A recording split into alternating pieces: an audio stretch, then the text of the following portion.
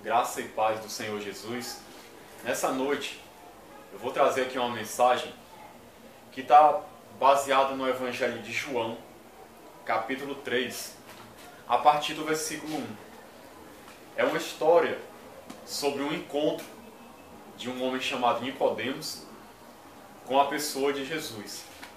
E nós vamos estar compreendendo através dessa história como entrar no reino de Deus. Essa é a pergunta que eu gostaria de tentar responder hoje. Como entrar no reino de Deus? Quais são as condições? Como é que eu posso fazer parte deste reino que Jesus anunciou quando ele veio ao mundo? Foi uma das primeiras coisas que ele disse quando ele começou o seu ministério. Ele disse: arrependam-se, porque o reino de Deus é chegado, o reino de Deus está próximo. Então o reino de Deus está próximo, chegou. E nós somos convidados a entrar nesse reino, a participar desse reino. Mas como entrar nesse reino de Deus? É o que a gente vai descobrir nessa conversa de Jesus com Nicodemos. Então eu vou começar lendo aqui o versículo 1 do capítulo 3 de João, que a palavra de Deus diz assim: havia entre os fariseus um homem chamado Nicodemos, um dos principais dos judeus. Então, nós vemos aqui o seguinte: Nicodemos, que é a pessoa que vai falar com Jesus, no versículo 1 aqui, relata quem era ele. E diz que ele era um fariseu. Era uma seita do judaísmo, um ramo do judaísmo, da religião judaica, que eram pessoas muito zelosas pela lei, mas zelosas a um extremo tão grande que acabavam criando doutrinas humanas e acrescentando a lei. E era um zelo sem entendimento, mas eram pessoas muito radicais da religião judaica. E Nicodemos fazia parte desse ramo do farisaísmo. Ele era um fariseu e era um dos principais dos judeus, ou seja, ele era um religioso, zeloso, praticante de uma seita legalista. Não sei até que ponto ele era envolvido com todo o legalismo dos fariseus, mas ele era um fariseu e ele era um dos principais dos judeus, ou seja, era um dos líderes principais da religião judaica. Ele não era uma pessoa qualquer. Nós vemos aqui que não era uma pessoa comum na sociedade. Ele era um homem muito religioso, um homem muito envolvido, entre aspas, com as coisas de Deus. Um homem que ouvia falar muito de Deus, que já tinha aprendido muitas coisas sobre Deus, que era um mestre da lei, alguém que ensinava aos outros a respeito de Deus. Então não era um qualquer, e ele era um dos líderes principais. No capítulo 7, versículo 45 ao 50 aproximadamente, relata que Nicodemos também era membro do Sinédrio. O Sinédrio era o tribunal civil e religioso do judaísmo, que julgava essas causas civis e religiosas, julgava crimes de blasfêmia. Era como se fosse um tribunal da Inquisição, era um pouco parecido. E Nicodemos era membro do Sinédrio. E a gente lembra, pela história bíblica, que foi o Sinédrio quem primeiro achou Jesus culpado de blasfêmia, e foi os membros do Sinédrio que incitaram a multidão e a Pilatos para que crucificassem Jesus. E Nicodemos era membro desse Sinédrio, essa cúpula de líderes judeus religiosos que julgavam as causas dos judeus. Então ele não era qualquer pessoa. E aqui diz que, no versículo 2, diz: este de noite foi ter com Jesus e lhe disse: Rabi, sabemos que és mestre vindo da parte de Deus, porque ninguém pode fazer estes sinais que tu fazes se Deus não estiver com ele. Então Nicodemos, como muita gente em Jerusalém, tinha visto os sinais que Jesus fazia, como é relatado no final do capítulo 2, que muitas pessoas, vendo os sinais que Jesus fazia, creram no seu nome. Pelo menos foi uma confissão teórica de muita gente, porque diz que Jesus conhecia a todos eles, conhecia seus corações e não confiava neles. Mas Jesus fez muitos sinais em Jerusalém, isso é um fato. E Nicodemos, que estava em Jerusalém, viu esses sinais. E esses sinais chamaram a atenção dele. Chamaram a atenção dele ao ponto dele ficar tão incomodado ao ver tudo aquilo que Jesus fazia e também o que ele ensinava, que ele decidiu ir conversar com Jesus à noite.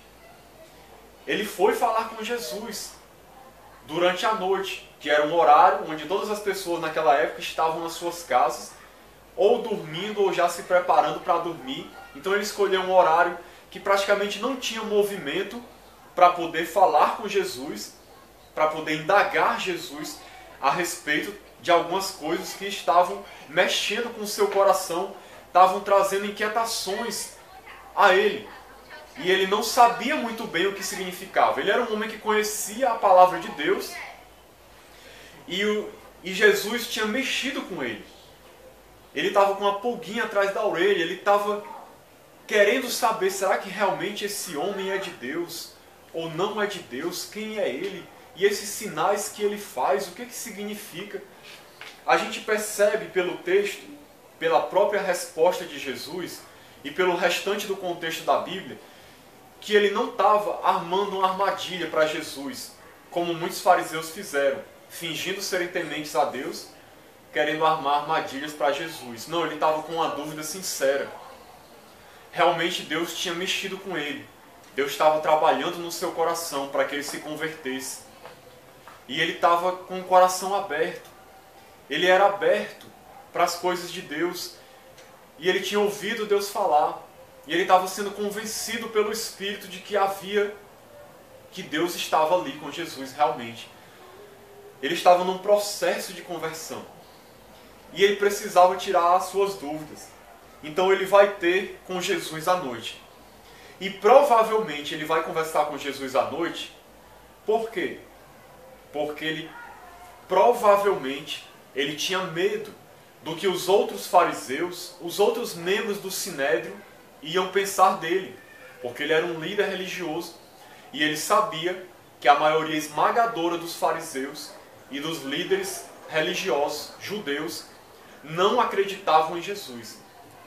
E pelo contrário, tinham inveja de Jesus, tinham raiva de Jesus, não acreditavam que ele era o Messias, não acreditavam nos sinais que ele fazia, e já estavam começando a criar tanto ódio no coração que já começavam a pensar na possibilidade de tirar a vida de Jesus. E Nicodemos sabia de tudo isso, com certeza. Porque o ódio dos fariseus contra Jesus foi desde o início. Então Nicodemos sabia que se ele fosse conversar com Jesus e os outros fariseus soubessem, isso poderia não pegar muito bem para ele.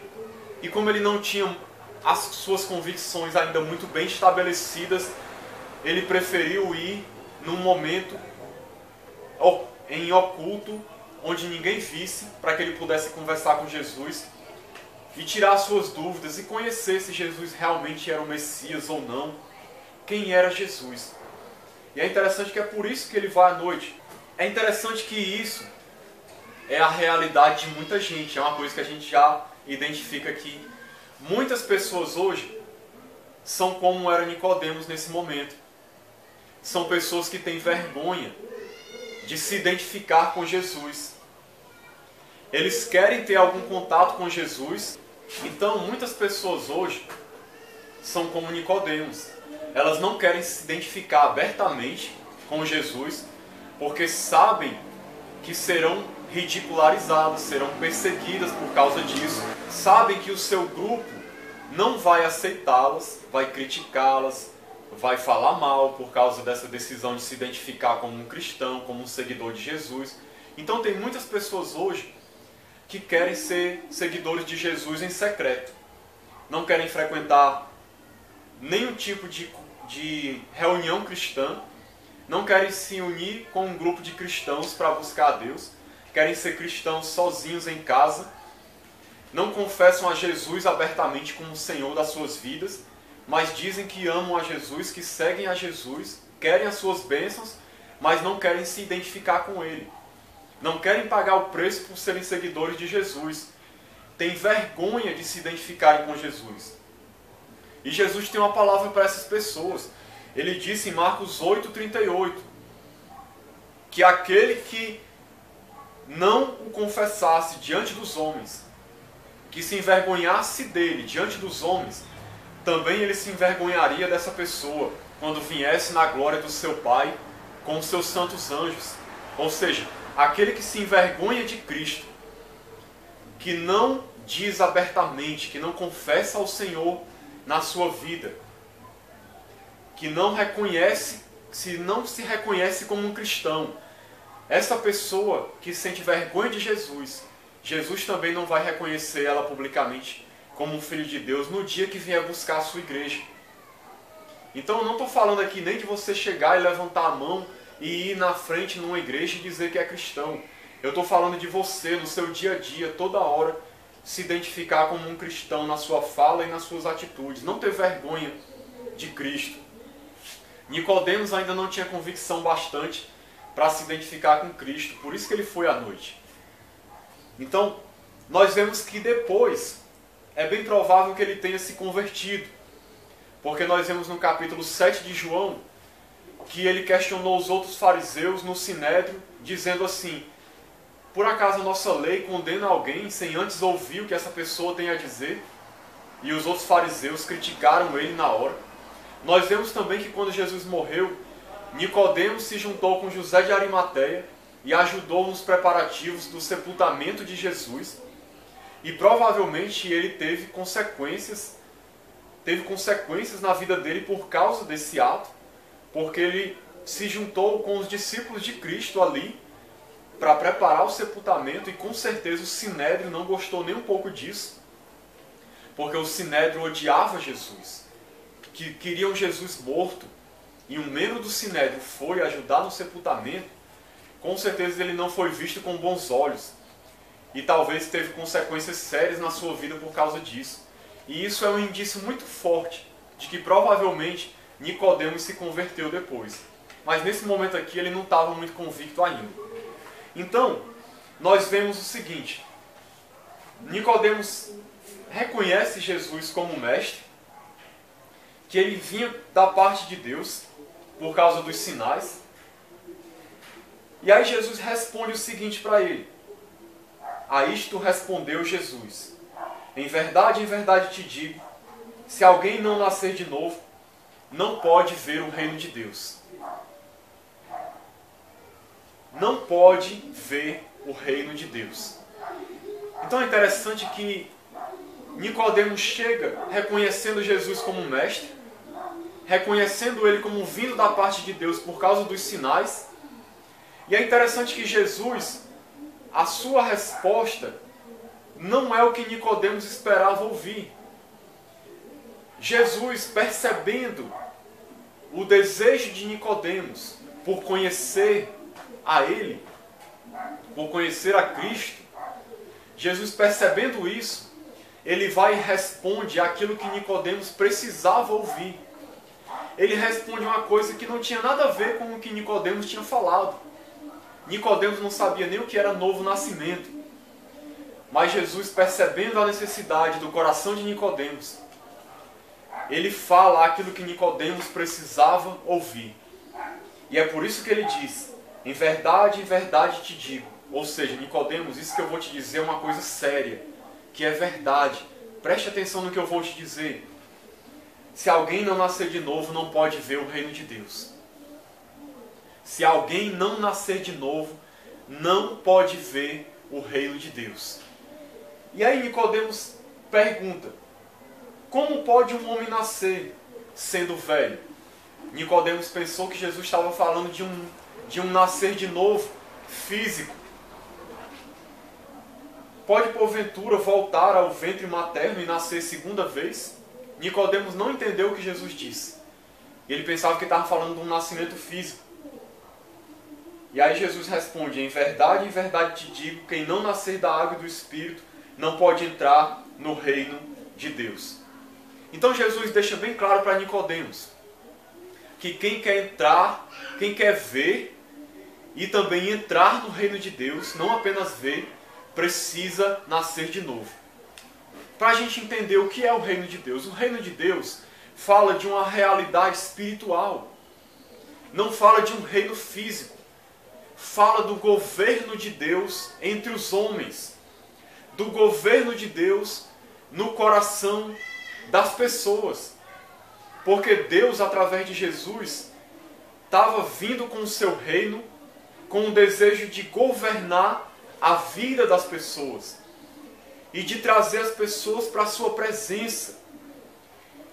Certa vez em Lucas 17, 21, Jesus disse que o reino de Deus está dentro de vós, falando para os discípulos.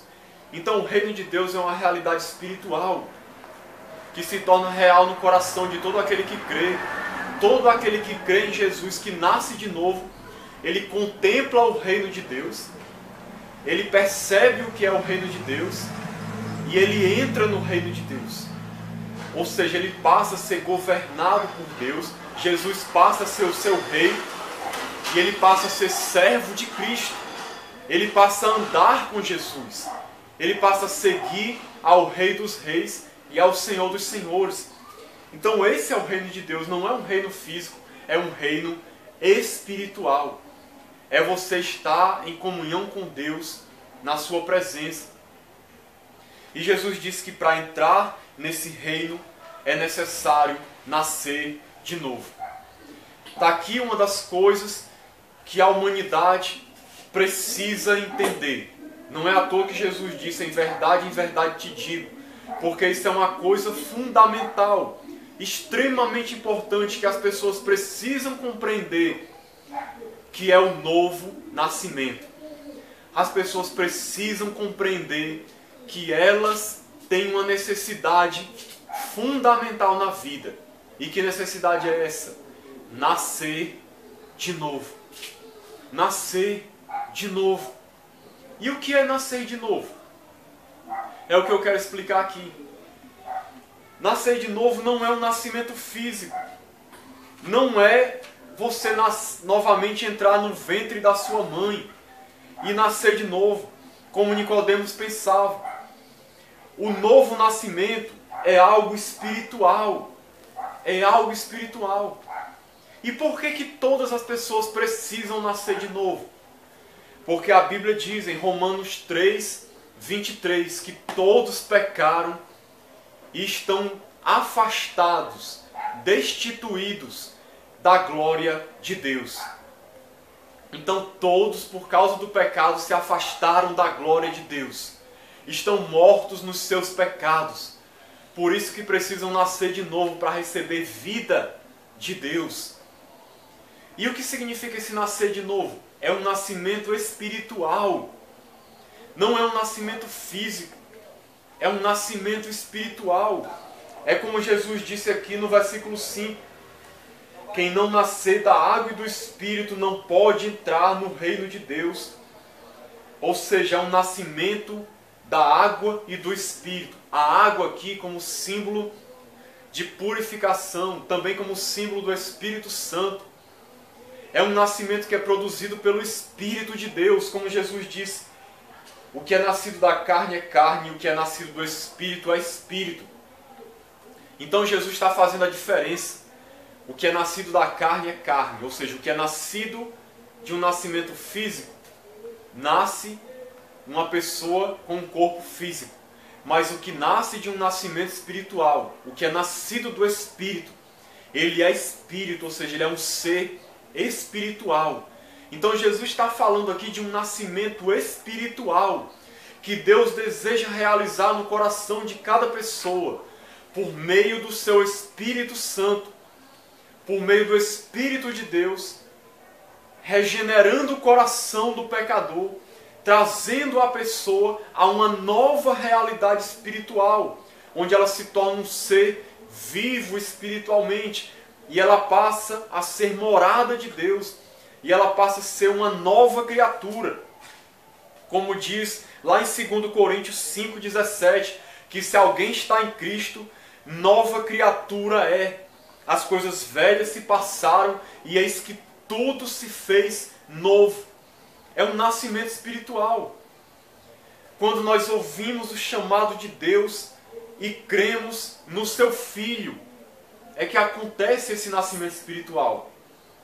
No versículo 13 a 15, para a gente compreender quando é que acontece isso, a palavra de Deus diz assim: ora, ninguém subiu ao céu, senão aquele que de lá desceu, a saber, o Filho do homem que está no céu.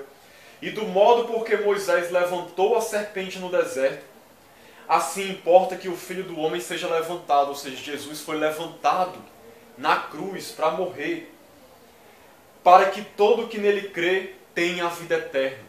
Jesus foi levantado ao Calvário para morrer pelos nossos pecados, para que todo aquele que nele crê tenha a vida eterna. Então, como é que você nasce de novo? Como é que você nasce espiritualmente? Como é que você chega a ter o seu coração transformado? É quando você reconhece que Jesus Cristo morreu pelos seus pecados para poder te salvar, e você crê nele de todo o seu coração, se arrepende, entrega a sua vida para ele, você recebe a vida eterna. Você nasce de novo. O que acontece nesse momento? Quando você percebe o quanto você é pecador e se arrepende e clama pelo perdão de Deus, suplica por misericórdia, pede para Deus lhe aceitar, pede para Deus perdoar os seus pecados, aceitar a sua vida na presença dele. E aí você coloca a sua fé em Cristo. Nesse momento acontece o que a Bíblia chama de regeneração. O Espírito Santo de Deus vem e muda o coração da pessoa, transforma aquela vida, transforma a sua realidade. Ele passa de morto para vivo espiritualmente. O coração da pessoa é mudado completamente, a situação da pessoa diante de Deus muda por completo. Sabe o que acontece nesse momento? Para a gente poder ter uma ideia. O rumo da pessoa muda totalmente. É um encontro pessoal com Deus, é um momento de encontro, onde ela é transformada por Deus. E nesse momento a pessoa passa de escravo do pecado para servo de Deus. Ele passa de morto para uma pessoa viva espiritualmente. Ele passa das trevas para a luz de Deus. Ele passa de uma vida de aflição espiritual para uma vida de paz interior. Ele passa de um estado de condenação para um estado de liberdade em Cristo, liberto da escravidão do pecado. Ele passa de uma vida de tristeza para uma vida de alegria verdadeira. Ele passa de um tormento para uma vida de descanso em Cristo. Ele deixa de ser inimigo para ser amigo de Deus. Ele deixa de ser filho do diabo para ser filho de Deus. Ele deixa de ser alvo da ira para ser alvo da graça de Deus. Ele passa de pecador para ser considerado uma pessoa santa, uma pessoa pura aos olhos de Deus. Ele deixa de ser um candidato ao inferno, de alguém que está debaixo de condenação, para ser um cidadão do céu. Ele deixa de ser influenciado pelo diabo para ser guiado pelo Espírito de Deus. Ele passa de louco para sábio. Ele passa de uma vida de indiferença para com Deus para uma vida de amor a Deus. Ou seja, o que eu quero dizer com tudo isso? Para explicar o que é novo nascimento. É uma transformação radical de vida.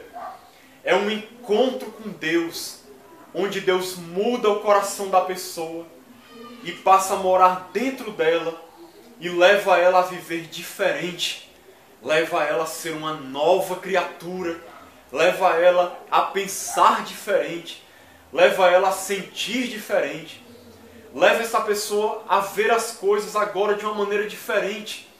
Ela passa a ver como Deus vê, ela passa a sentir como Deus sente, ela passa a amar aquilo que Deus ama, ela passa a odiar aquilo que Deus odeia, ela passa a rejeitar tudo aquilo que é pecado, que é abominação, ela passa a amar a Deus e a amar tudo aquilo que Deus ama, ela passa a querer obedecer tudo aquilo que Deus ensina, ela passa a viver uma vida totalmente transformada.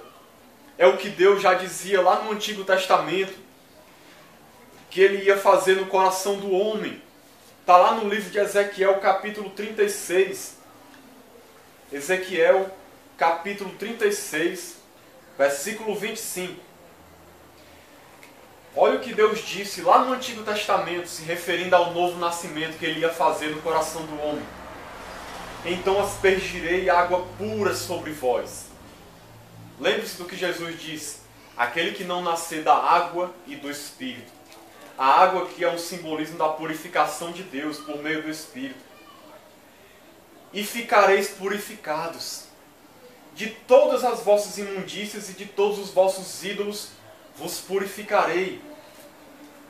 Darei a vocês um coração novo e porei dentro de vocês um espírito novo. Isso é um novo nascimento, um coração novo, um espírito novo. Tirarei de vocês o coração de pedra, ou seja, um coração endurecido, insensível, e vos darei um coração de carne, ou seja, um coração sensível a Deus, um coração quebrantado diante de Deus. É o que acontece com quem nasce de novo. Porei dentro de vós o meu espírito, ou seja, o Espírito de Deus vem morar dentro daquele que nasce de novo. E farei que andeis nos meus estatutos, guardeis os meus juízos e os observeis. Ou seja, Deus muda o coração da pessoa de tal maneira que a pessoa passa a querer obedecer os mandamentos de Deus. Os mandamentos de Deus se tornam um prazer. Eu quero falar agora sobre a questão do novo nascimento, mas abordando o seguinte aspecto. Eu quero falar sobre o que não é novo nascimento. Porque muitas pessoas, às vezes, pensam que nasceram de novo, mas na verdade nunca nasceram de novo. Nunca experimentaram um encontro real e verdadeiro com Cristo. Como Jesus disse que Nicodemos precisava nascer de novo. Nós vemos no caso específico de Nicodemos, que Nicodemos era um mestre da lei. Nicodemos era um fariseu. Nicodemos era membro do Sinédrio. Era um homem de moral. Era um homem provavelmente respeitado no judaísmo. Um homem que guardava a lei, que tinha temor a Deus. Um homem líder de uma religião, a religião judaica. Um homem que tinha todas as qualificações, olhando por um aspecto humano, para se dizer que ele era nascido de novo. Mas mesmo assim, ele vai até Jesus, mesmo reconhecendo Jesus como mestre, reconhecendo que Jesus fazia sinais da parte de Deus, Jesus mesmo assim fala para ele: Nicodemos, deixa eu te dizer uma verdade, é necessário nascer de novo. Quem não nascer de novo não vai entrar no reino de Deus. Então, Nicodemos tinha essa necessidade, apesar de todas essas credenciais religiosas. O que a gente aprende com isso? Existem muitas pessoas hoje seguindo uma religião, pensando que nasceram de novo. Na verdade, muitas nem sabem o que é isso. Mas pensando que tiveram um encontro real, verdadeiro com Deus, que estão seguindo a Deus, que vão para o céu, que vão morar com Deus para sempre, que Deus perdoou seus pecados, que as aceitou, só porque essa religião fala de Deus, mas não fala de Deus como verdadeiramente Ele é, muitas vezes. Às vezes fala de Jesus, mas não fala do Jesus verdadeiro, revelado na palavra de Deus, na Bíblia. Então as pessoas pensam que porque estão seguindo uma religião, elas estão salvas. Pensam que por causa disso vão para o céu. É o pensamento que muita gente tem de que todas as religiões levam a Deus, que todas as religiões são boas, que se você está numa religião seguindo a Deus, supostamente, você vai para o céu por causa disso. E isso, na verdade, é uma grande mentira de Satanás. Porque ninguém vai para o céu, ninguém é salvo, ninguém nasce de novo por seguir uma religião, por fazer parte de uma religião qualquer. Nem também pelo fato de frequentar uma igreja, mesmo que ela se denomine cristã. Tem muitas pessoas que dizem que pertencem a uma igreja cristã, e acham que por causa disso elas estão salvas, porque elas são membros de uma igreja, porque se batizaram numa igreja, quer quando criança ou adulto, porque tem uma carteirinha de membro, frequentam os cultos ou frequentam missas, são religiosos, comparecem semanalmente na igreja, cumprem suas obrigações religiosas, seus rituais, acham que por causa disso estão salvos, por causa disso estão na presença de Deus, nasceram de novo, estão usufruindo de um relacionamento com Deus. Deixa eu dizer uma verdade para você. Frequentar uma igreja não é garantia de salvação. Frequentar uma igreja não é garantia de que você vai para o céu. Não é garantia de que você nasceu de novo, de que você teve um encontro real e verdadeiro com Deus. Existem muitas pessoas nas igrejas hoje. Eu me arrisco a dizer que a grande maioria delas que estão nas igrejas hoje nunca tiveram um encontro real com Cristo. Nunca nasceram de novo. Nunca foram transformadas. Nunca tiveram seu coração regenerado. Elas acham que estão seguindo a Deus, mas não estão.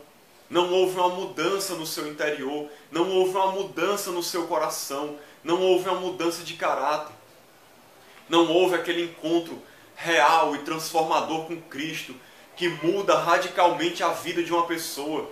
Assim como foi com Zaqueu, como foi com o apóstolo Paulo, como foi com Pedro, como foi com todos os apóstolos e discípulos do Senhor durante a história. Que quando a pessoa encontra com Cristo, ela não permanece da mesma maneira, ela muda de vida, ela muda radicalmente a sua maneira de ser, de sentir, de pensar, de agir, de falar, de se vestir. Tudo muda radicalmente na vida da pessoa, quando ela tem um encontro real com Cristo. E aí é mais difícil ainda, porque para essas pessoas que elas estão numa igreja, achando que estão salvas, o seu coração está mais endurecido ainda, porque ela tem a tendência de não se abrir para o Evangelho, porque ela está ouvindo mensagens dia após dia nas igrejas, e ela acha que ela já pratica aquela mensagem, e ela não abre o seu coração, ela não se examina para olhar para si mesma, para analisar, será que realmente eu estou seguindo a Deus? Será que realmente eu nasci de novo? Será que realmente eu fui transformado? Quantas pessoas já ouviram tantas mensagens sobre salvação, sobre Cristo, sobre o que Jesus fez por elas, mas elas acham que já estão vivendo isso. E na verdade não estão, porque elas nunca fazem um autoexame de olhar para dentro de si mesmas, para o seu coração, e pedir para Deus ajudá-las a se conhecerem, a perceberem a realidade espiritual em que elas vivem, para poder perceberem se realmente são salvas ou não. Porque existem muitos sinais, indícios, frutos, evidências que mostram que uma pessoa nasceu realmente de novo. É isso que a pessoa tem que avaliar. Ela tem que avaliar se realmente ela nasceu de novo, olhando essas evidências, esses frutos, para ver se eles estão se manifestando na sua vida. João Batista disse certa vez: produzam frutos dignos de arrependimento. Ou seja, vocês têm que mostrar na vida diária que vocês realmente se arrependeram. Tem que ter frutos, tem que ter atitudes, mudanças no caráter, no coração, que mostram que você realmente se encontrou com Cristo, que você se encontrou com Deus. Ser um religioso, um frequentador de culto, de missa, Estar dentro de uma igreja, não importa quantos anos faz que você esteja, não é garantia de salvação.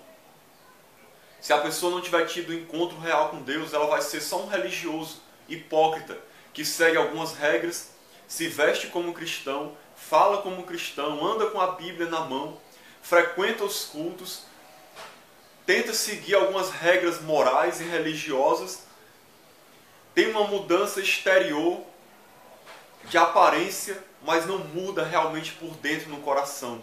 E não adianta nada.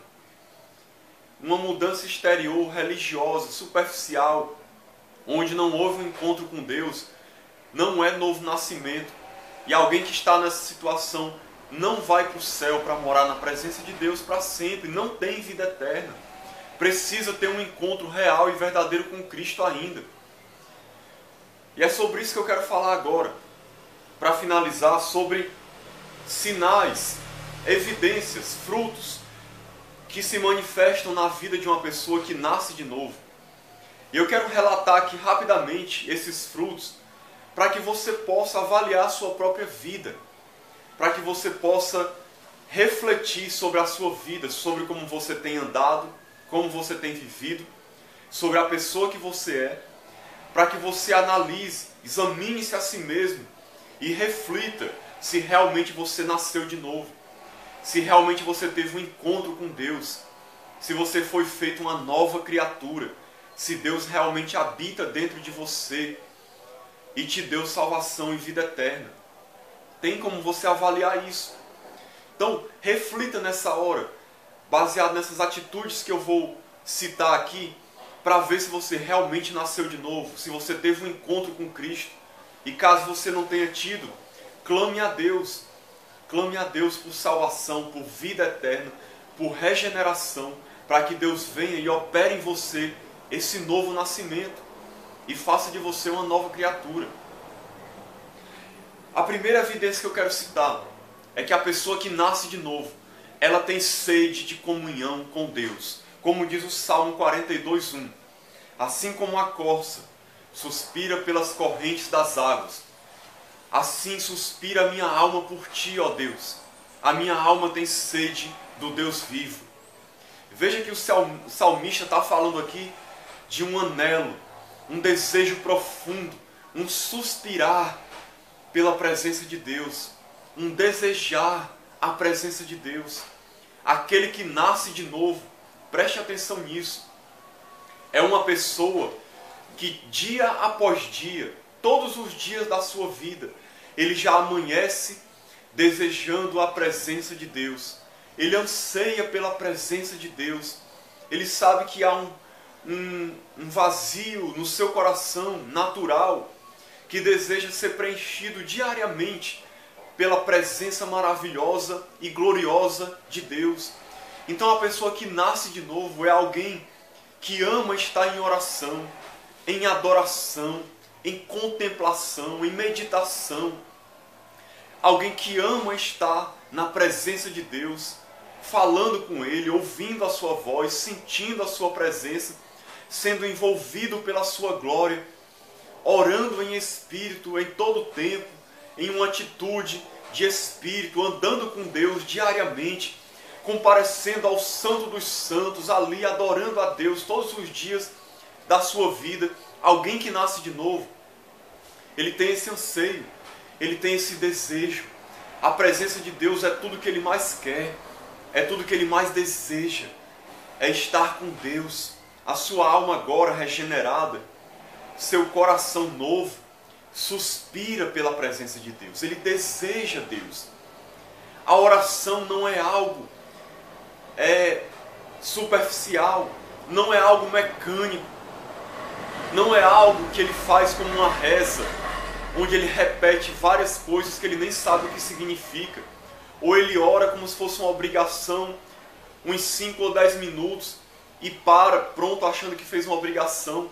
Não, aquele que nasceu de novo, ele anseia a presença de Deus, ele anseia por isso. Então ele ora de todo o coração, frequentemente. Ele tem uma vida de comunhão, de oração a Deus. Ele fala com Deus, ouve Deus. Ele anda na presença de Deus. ele sente prazer por isso. A sua alma anseia por isso, não como uma obrigação, como um fardo, como uma tarefa que ele tem que cumprir, religiosa, não. É algo que ele anela, que ele anseia, que ele suspira, como alguém suspira pelo ar, pela água, como uma necessidade de vida. A pessoa sente necessidade da presença de Deus. Pare para refletir, a sua vida é assim. Você é assim, você que diz que nasceu de novo, que tem Deus no seu coração. Você realmente tem prazer na presença de Deus? Você anseia pela presença dEle? Você vive uma vida de oração? Ou você não sabe nem o que é isso? Você não deseja isso, você não vive isso. E quando faz, faz como uma obrigação. Simplesmente porque quer alcançar alguma bênção, quer alcançar algum benefício de Deus.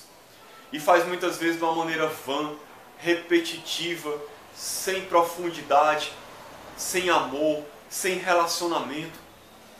Pare para refletir como é a sua vida. E você vai ver se realmente você tem Deus dentro de você ou não. Porque quando nós nascemos de novo e o Espírito de Deus vem morar dentro de nós, nós ansiamos pela presença de Cristo. Outra coisa, aquele que nasce de novo tem um desejo de conhecer a Deus. Como Paulo diz lá em Filipenses 3,8. Sim, deveras considero tudo isso, tudo como perda, por causa da sublimidade do conhecimento de Cristo Jesus, meu Senhor. Então veja só o que Paulo fala. Ele considerava tudo na vida dele como perda, por causa da coisa mais sublime que ele desejava, que era conhecer Cristo Jesus, o seu Senhor. Então Paulo desejava conhecer a Cristo mais do que qualquer coisa. Não havia nada nesse mundo que ele desejasse conhecer mais do que conhecer a Cristo. Não havia nenhuma pessoa nesse mundo que ele amasse mais, que ele desejasse conhecer mais do que a pessoa de Cristo. Ele desejava conhecer quem é Cristo, como Jesus pensa, como Jesus é, conhecer seus ensinamentos, seus mandamentos, conhecer sua vontade, estar vivendo uma comunhão com Ele, conhecer o seu caráter, ter relacionamento com Ele, ter amizade profunda, intimidade com Jesus. Era um anseio de Paulo. Paulo considerava tudo como sendo uma perda, como sendo menos importante, como estando em segundo lugar, como algo descartável se fosse necessário para poder conhecer a Jesus. Era o maior desejo do seu coração, conhecer o seu Senhor, ter um relacionamento profundo com Ele.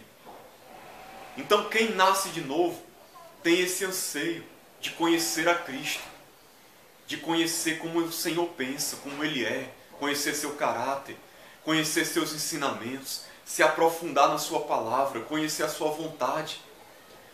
Quantas pessoas que dizem que nasceram de novo, que tem Jesus na sua vida, nunca abrem nem a Bíblia para ler. A Bíblia é só um enfeite na sua casa. Nunca tem prazer em ler a palavra de Deus para poder aprender qual é a vontade de Deus para a sua vida. Muitas pessoas que dizem que tem Jesus não seguem seus ensinamentos, não obedecem seus ensinamentos. E Jesus disse, aquele que tem os meus mandamentos e os guarda, esse é o que me ama. Como é que você diz que ama Jesus e não guarda seus mandamentos? Certa vez Jesus perguntou assim, por que me chamais Senhor, Senhor, e não fazeis o que vos mando? Ou seja, de que adianta reconhecer Jesus como Senhor, de boca, se no seu coração você não está disposto a obedecê-lo, a servi-lo, a segui-lo com a sua vida, obedecendo os seus ensinamentos, vivendo para agradar a Ele. A pessoa que nasce de novo é alguém que teve a sua vida transformada. Ele agora vive para agradar a Deus, para obedecer a Deus, para seguir os seus ensinamentos. Ele está num processo de santificação, sendo a cada dia transformado conforme a imagem de Cristo, se tornando mais parecido com Deus, tendo prazer na sua palavra, tendo prazer em obedecer a sua palavra, se tornando um discípulo fiel e obediente, que vive uma vida irrepreensível, de maneira justa, como uma pessoa santa de verdade, que se afasta do pecado para agradar a Deus. Será que a sua vida é assim? Será que realmente você nasceu de novo? Ou será que você tem passado dias, meses, anos, sem nunca abrir nem a Bíblia? E quando abre, você não tem prazer nenhum em ler. E quando você lê e conhece, você não tem prazer nenhum em obedecer. Você acha realmente que nasceu de novo? A Bíblia também mostra que quem nasceu de novo tem desejo de abandonar o pecado. Como diz lá em Gálatas 5:24. E os que são de Cristo Jesus crucificaram a carne com suas paixões e concupiscências. Ou seja, os que são de Cristo Jesus crucificaram a carne. Em outras palavras, para eles, a sua natureza carnal e pecaminosa, com todos os seus desejos e prazeres mundanos, essa natureza interior caída do ser humano, para aquele que nasceu de novo, essa natureza está morta. Ele não dá atenção nenhuma a essa natureza. Ele não satisfaz as vontades do seu coração. Ele não satisfaz os seus desejos carnais. Ele não cede às tentações. O mundo está morto para ele. A sua carne não prevalece. O que prevalece é o Espírito Santo. É a vontade de agradar a Deus, de fazer a vontade do Espírito. A pessoa que nasce de novo, ele vive uma vida espiritual, não uma vida carnal, pecaminosa, mundana, segundo os valores desse mundo, segundo o sistema pecaminoso, seguindo a vontade de Satanás, vivendo engodado em todo tipo de pecado, prostituição, adultério, avareza, idolatria, feitiçaria, roubo, furto, inveja, difamações, dissensões, discórdias, mentiras. Nada disso faz parte da vida daquele que nasce de novo. Ele pode até tropeçar, pecar de maneira ocasional, mas ele não vive no pecado, porque o seu prazer está em agradar a Deus, em ser cheio do Espírito Santo e andar no Espírito. Esse é o sinal de quem nasce de novo. Aquele que nasce de novo também, ele tem um desejo de viver para agradar a Deus.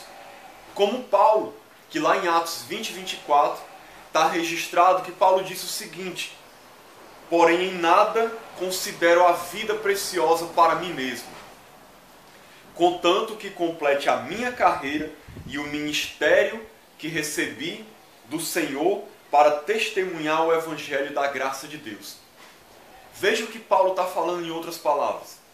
A minha vida eu não considero como importante, contanto que eu cumpra o ministério, a missão, a obra que eu recebi do Senhor, de testemunhar do Evangelho da graça. Ou seja, a importância da minha vida está em servir a Deus. É o propósito da minha vida se resume em agradar o meu Senhor, em fazer a sua vontade, em servi-lo. Se não for para servi-lo, se não for para viver para agradá-lo, a minha vida não tem valor, não tem sentido. É isso que Paulo está dizendo. Agora pare para refletir se você é assim. Você tem prazer em servir a Deus? Você sabe pelo menos qual é o seu chamado? Quais são os dons que Deus te deu? Como é que Ele quer te usar nessa vida para glorificar o seu nome? Ou você nunca nem pensou nisso? Você talvez não sabia nem que isso existia, porque você nunca nem buscou saber qual era a vontade de Deus para a sua vida. Você realmente tem vivido para glorificar a Deus? Como Paulo disse, que o que ele almejava, a sua expectativa e esperança, era que Cristo fosse engrandecido no seu corpo, quer pela vida, quer pela morte. Você é assim? Você quer que Cristo seja engrandecido no seu corpo? A sua vontade é viver para glorificá-lo, para agradá-lo, para cumprir a missão que Ele te entregou de pregar o Evangelho, exercendo os teus dons e talentos, o chamado que Ele tem para a sua vida, servindo a Ele todos os dias, em fidelidade, em obediência, cumprindo a missão que Ele te entregou individualmente, especificamente, que Ele tem para cada pessoa uma missão individual, específica para cada um. Você sabe qual é a sua? Você já tem procurado saber? Você sabe como é que Deus quer que você viva? Ou você vive para si mesmo? Para agradar a si mesmo? para realizar os seus sonhos, para fazer sua própria vontade, para viver, para glorificar a você mesmo. Se você não vive para Deus, você vive para si mesmo. E se você vive para si mesmo, você é um idólatra. O teu ídolo é você mesmo. E você não nasceu de novo. Porque aquele que nasceu de novo, eu tenho que te dizer a verdade, aquele que nasceu de novo, ele vive para a glória de Deus. O seu prazer está em agradar a Deus. É um sinal de quem nasceu de novo. E por último, um dos mais importantes, é o amor. Jesus disse em João 13,35: nisto conhecerão todos os meus discípulos. Conhecerão todos que vocês são meus discípulos. Como que conhecerão que vocês são meus discípulos? Se tiverdes amor uns aos outros. E aí eu pergunto, para a gente refletir, você tem amor? Você ama a Deus? Você ama o próximo? Você ama até mesmo os teus inimigos? Ou você só ama a si mesmo? No máximo você ama a sua família, ou aquele que te faz bem. Um grande sinal daquele que nasceu de novo é o fato dele amar o próximo e amar até mesmo os seus inimigos. Fazer o bem àqueles que lhe fazem mal, orar pelos que lhe perseguem. Amar as pessoas que não o amam, assim como Deus faz com a humanidade. Ama as pessoas, mesmo as pessoas não amando a Deus. Então você tem essa característica no seu coração, você tem amor, você verdadeiramente é alguém que busca o bem-estar do outro, que se preocupa com o outro, que procura ajudar o outro, seja no sentido físico, emocional ou principalmente espiritual. Ou você não se preocupa com ninguém, só se preocupa com a sua própria vida. Você realmente tem amor. O amor de Deus foi derramado no seu coração pelo Espírito Santo. Como diz lá em Romanos 5,8, que Deus faz isso com os seus filhos. Você tem amor? Você realmente ama? Você se importa? Se você não tem isso, você não nasceu de novo. Aquele que ama de verdade tem nascido de Deus. É o que João explica na sua carta em 1 João. Que todo aquele que ama é nascido de Deus. Aquele que nasceu de Deus vive em amor. Se alguém não ama, nunca conheceu a Deus. É o que João ensina. Então pare para refletir nessas coisas. E pense, será que realmente você nasceu de novo? Porque esse nascimento espiritual que Jesus falou para Nicodemos que ele precisava, é um nascimento, como eu disse, que vem da parte de Deus, do Espírito de Deus, que opera uma transformação radical na vida da pessoa. E ela passa a viver diferente, porque ela passa a ser um filho de Deus. Mas para isso acontecer, se você perceber que você não tem isso na sua vida ainda, clame a Deus, peça perdão, se arrependa dos seus pecados, reconheça Jesus como teu Senhor e Salvador, entregue a tua vida a Ele, e aí você será salvo, você vai nascer de novo, o Espírito de Deus vai te transformar, Deus vai vir habitar dentro de você. E como diz lá em 2 Coríntios 5,17, as coisas velhas vão passar, tudo vai se fazer novo. Porque quem é nova criatura é assim. As coisas velhas se passam e tudo se faz novo. Deus vai te dar um novo coração, vai te dar uma nova vida, uma nova mentalidade, uma nova maneira de viver, e vai ser algo natural para você. Porque quando você nasce de novo, isso se torna algo natural. Porque o teu coração é transformado. Deus tira o coração de pedra insensível e dá um novo coração de carne. Um novo coração espiritual, que tem prazer nas coisas de Deus. Então, meu irmão, se você não nasceu de novo, clame a Deus desesperadamente, suplique, implore por salvação. Peça para Ele te aceitar. Clame, se arrependa, chore. E Deus vai te receber e vai te dar uma nova vida. Então que Deus nos abençoe. Em nome de Jesus. Amém.